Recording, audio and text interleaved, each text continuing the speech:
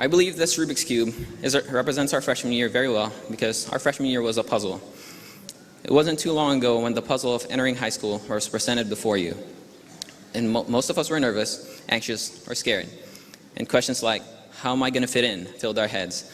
And we became more concerned with what we wore and who we hung out with, and less concerned about who has more Pokemon cards. I don't know about that one. It was a puzzle because, just like the Rubik's Cube, you can turn it around, you just can't turn it around in any unplanned direction. Otherwise, it's just going to get more mixed up.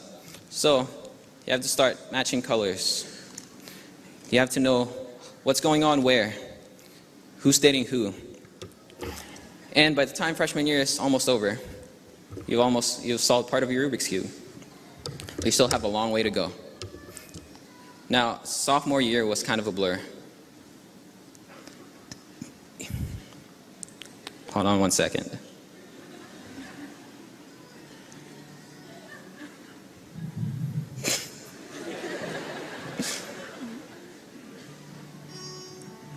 Okay, that works.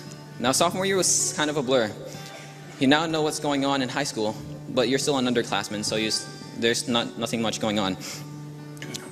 Time passed quickly, and everything was drowned out by the freshman's whine and the upperclassman's authority. So, when we piece all the parts of sophomore year together, it creates a rather hazy, fragmented memory that kind of feels like.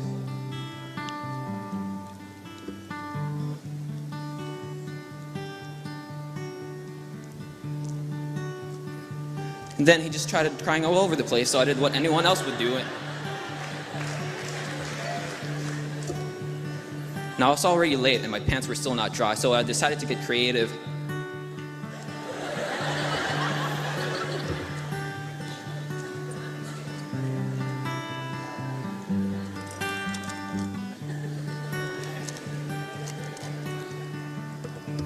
And thus, we coast through sophomore year, leaving ourselves to wonder what really happened.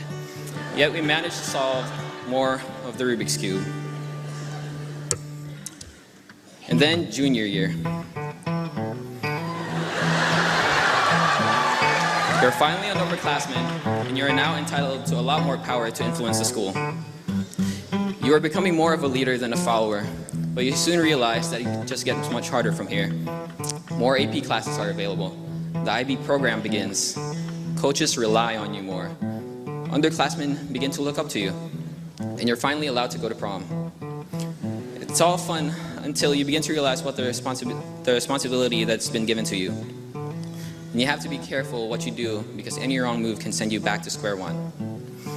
Every move you make has to be just right so that the last year in high school will be simple.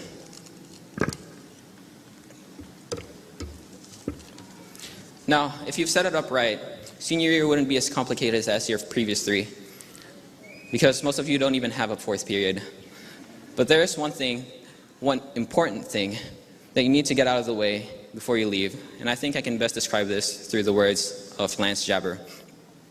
So imagine that you're a single guy, and you decide that it's time to start thinking about getting married. But you're still young, you don't want to rush into anything, so you spend years trying to find the perfect girl. Every chance you get, you travel all over the country just to try and meet new people. Some you like more than others, some are too nerdy, while others party too much.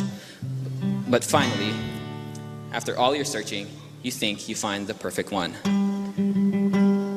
Oh, she's incredible. She's fun, smart, sexy, everything you wanted in a woman. And you decide to propose. But you only get one shot, and you can't screw it up. So you spend months agonizing on how you're going to do it, what you're going to say to her. You set a deadline for yourself so that you can't put it off forever. And as the deadline approaches, you begin to get nervous. Are you good enough? Oh, it feels as though everything you've been doing in your life has been leading up to this moment. Finally, the deadline is here. Oh, you're so nervous. She's way out of your league. Is the ring big enough? How many mistakes have you made so far? Is it too late to go back?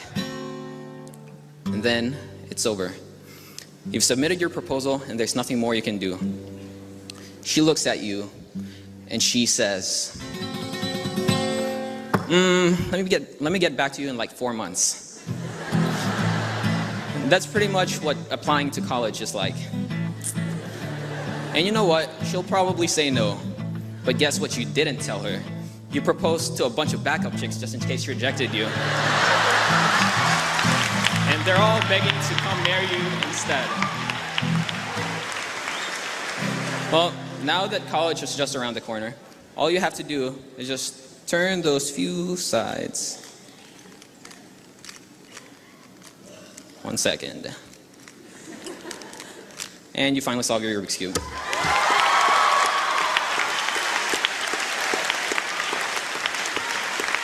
So now it's time to say goodbye to high school and say hello to college.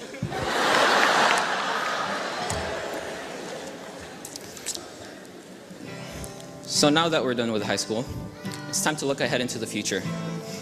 A few years from now, we're going to look back at these high school years and talk about our accomplishments and all the ridiculous things we've had to do. We'll all probably laugh about all the stuff we've done and said while we were still in high school. And then just remember, you gotta just remember. As we go on, we remember all the times we had together. And as our lives change from whatever, we will still be friends forever, yeah!